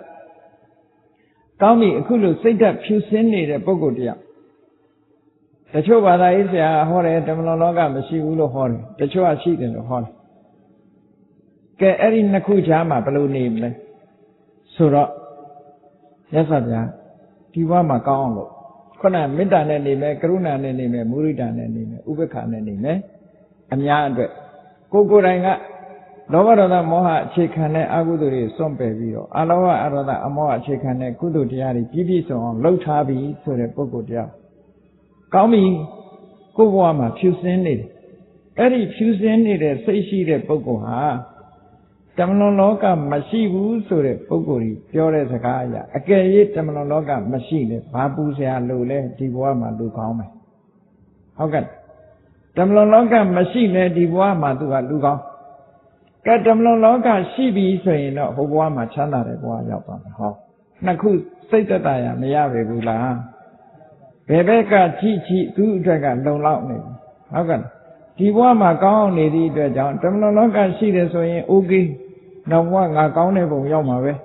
တမလွန်လောကမရှိဘူးဆိုလဲဘာကိစ္စရှိလဲငါဒီဘဝမှာလူတော်လူကောင်းကိုယ့်ကိုယ်ကိုချမ်းချမ်းသာသာနဲ့ဟောထိမ့်သိမ့်ဆောက်ရှောက်သွားနိုင်တယ်ဟောသက်သာရနှစ်ခုရနောက်အကုသိုလ်ဆိုတာမရှိဘူးအကုသိုလ်ဆိုတာလုံးလို့မရဘူးဆိုတဲ့ပုဂ္ဂိုလ်ကတူလုံးလို့ရတယ်ဆိုတာနဲ့တူဆိုလို့ရှိရင်ကဲလုံးလို့မရဘူးဆိုတဲ့ပုဂ္ဂိုလ်ရငါကိုယ်တိုင်ကလုံးလို့မရဘူးဆိုရင်ငါကိုယ်တိုင်ကမှအကုသိုလ်မလုပ်တာအကုသိုလ်မလုပ်ရင်အကုသိုလ်အကျိုးဘယ်လိုလုပ်လာမလဲဟောသက်သာရကဲလုံးလို့မရဘူးဆိုရင်ငါလည်းလုံးမှမလုပ်တာမလုပ်သည့်အတွက်ကြောင့်အကုသိုလ်ကငါစီမရောက်နိုင်ဘူးဟောနှစ်ဖက်စလုံးသူတွေကအကုန်လုံးသိချပေါက်ရှိတယ်မလုပ်ချင်းကြောင့်လည်းအကုသိုလ်မရဘူးလုံးမဖြစ်ချင်းကြောင့်လည်းသူအကုသိုလ်မဖြစ်ဘူးဟုတ်ကဲ့အဲ့တော့လေးဘက်လေးထံကသက်သာရတယ်ဒီသေးချာတဲ့ဤစနစ်ကိုလိုက်နာကျင့်သုံးရမယ်လို့ရသော်ပြဒီကာလမတုတ်ကိုဒီလိုဟောလိုက်တာတန်တရားရှိနေတဲ့ပုဂ္ဂိုလ်တွေကိုအေးမင်းတို့ငါပြောတာလားထောင်ငါတရားမှအမှန်ကြံတဲ့လူတွေတရားအမှားလို့ဒီလိုသာသွားပြောရင်ဟိုလူတွေကတန်တရားပိုးဖြစ်သွားမှာပဲအိုးယဟန်ဂေါရမလည်းဒီပုတ်ထဲကဒီပဲပါပဲဆိုပြီးတော့သူကလည်းသူ့ဘွာရကောင်းကြောင်းပြောသွားတာပဲလို့ဒီလိုပြောခံမှာဟုတ်ကဲ့အခုကျတော့မြတ်စွာဘုရားကအလွန်လိမ္မာပန်းတတ်ပြီးဆုံးမသွားတဲ့အခါကျတော့ဘုရားကကိုယ်ဝါဒပြောသွားတယ်လို့မထင်ရဘူးတကယ်တော့မြတ်စွာဘုရားဟာကိုဟောနေကြတရားဟောသွားတာပါပဲအကုသိုလ်တွေရှောင်ဖို့ကုသိုလ်တွေဆောင်ဖို့မေတ္တာကရုဏာမုဒိတာဥပေက္ခတရားတွေပွားများအထောက်ကြဖို့လို့ဆိုတယ်ဒီအခြေခံတရားတွေကိုကာလမအမျိုးသားတွေကိုဟောသွားတော့အမှန်တမ်းသဘောကျပြီးတော့သူတို့ကနောက်ဆုံးဗုဒ္ဓဘာသာအဖြစ်ကိုခံယူကြတယ်တဲ့ဒါကကာလမတုတ်တံအနှစ်ချုပ်အနေနဲ့ဘုန်းကြီးတို့ရှင်းလင်းဟောကြားတာဖြစ်ပါတယ်ဒါကြောင့်မို့တရားချစ်ခင်သူတော်စင်ပြိဿအပေါင်းတို့ဒီကာလမတုတ်တံရဲ့အနှစ်ချုပ်ကိုကြည့်မယ်ဆိုရင်မြတ်စွာဘုရားကအမှန်တရားကိုရှာဖွေတဲ့အခါမှာတဆင်ကြားစကားနဲ့လည်းမရှာနဲ့ tradition ဆိုတဲ့အစဉ်အလာနဲ့လည်းမရှာနဲ့လူပြောသူပြောဒီလိုတဲ့ဆိုတာနဲ့လည်းမရှာနဲ့စာထဲမှာပါတယ်ဆိုတာနဲ့လည်းမရှာနဲ့နော်မဆုံးဖြတ်နဲ့စာထဲမှာပါတယ်ဆိုတာနဲ့လည်းမဆုံးဖြတ်နဲ့logic နည်းနဲ့လည်းမဆုံးဖြတ်နဲ့အနုမာနအတွေးခေါ်မျိုးနဲ့လည်းမဆုံးဖြတ်နဲ့ကြောင်းကျိုးဆင်ခြင်တဲ့နည်းနဲ့လည်းမဆုံးဖြတ်နဲ့ငါယူဝါဒနဲ့ကိုက်ညီတယ်ဆိုတာနဲ့လည်းမဆုံးဖြတ်နဲ့ဖြစ်နိုင်ခြေရှိတယ်ဆိုတာနဲ့လည်းမဆုံးဖြတ်နဲ့တို့ဆရာပြောတဲ့စကားဆိုတာနဲ့လည်းမဆုံးဖြတ်နဲ့ကိုယ်ပိုင်ညာနဲ့သိပြီးတော့ဆုံးဖြတ်ပါတဲ့ဆုံးဖြတ်လို့လက်ခံကျင့်သုံးလို့အပြစ်ရှိလို့လက်ခံကျင့်သုံးရင်မကောင်းကျိုးတွေကိုပေးမယ်ဆိုရင်ချက်ချင်းသိတဲ့အချိန်မှာချက်ချင်းစွန့်လိုက်ပါလက်ခံကျင့်သုံးလို့ကောင်းကျိုးချမ်းသာကိုရမယ်ဆိုရင်ချက်ချင်းကျင့်သုံးပါအဲ့ဒါလို့မကောင်းတာတွေကိုစွန့်ပယ်ကောင်းတာတွေကိုကျင့်သုံးပြီးတဲ့အခါမှာအလုံးအတွက်မှာမေတ္တာကရုဏာမုဒိတာဥပေက္ခလို့ဆိုတဲ့ပုဂ္ဂိုလ်လိုက်ဗြဟ္မစိုးတရားများပွားများအားထုတ်ပြီးတော့နေပါအဲ့လိုအားထုတ်ပြီးတော့နေလို့ရှိရင် နောင်ဘဝရှိသည်ဖြစ်စေမရှိသည်ဖြစ်စေအကုသိုလ်ကံရဲ့အကျိုးရှိသည်ဖြစ်စေမရှိသည်ဖြစ်စေ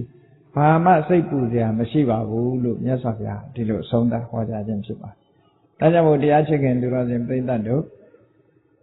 ကာလမသုတ်တံအတိုင်းမြတ်စွာဘုရားဟောကြားတဲ့ဆုံးမဩဝါဒတရားကိုနာယူပြီးတော့မိမိတို့ဘဝမှာတကယ်ဆင်ញင်စဉ်းစားရမှာကအပြစ်ရှိတဲ့အရာလားအပြစ်မရှိတဲ့အရာလားအကုသိုလ်လားကုသိုလ်လားပညာရှိတွေကဲ့ရဲ့တဲ့အရာလားပညာရှိတွေချီးမွမ်းတဲ့အရာလားလက်တွေ့ကျင့်သုံးလို့ရှိရင်ကောင်းကျိုးချမ်းသာကိုပေးတတ်သလားဆင်းရဲဒုက္ခကိုပေးတတ်သလားဆိုတဲ့ဒီအတိုင်းတာတွေနဲ့ဆင်ញင်သုံးတတ်ပြီးကိုယ်ပိုင်ဉာဏ်ဖြင့်ဆုံးဖြတ်တာလက်တွေ့လိုက်နာကျင့်သုံးကြရမှာဖြစ်တယ်လို့ကိုယ်စီသဘောကျပြီးတော့ရှင်းကြံကြိုးကုပ်အားထုတ်နိုင်ကြပါစေကုန်သတည်း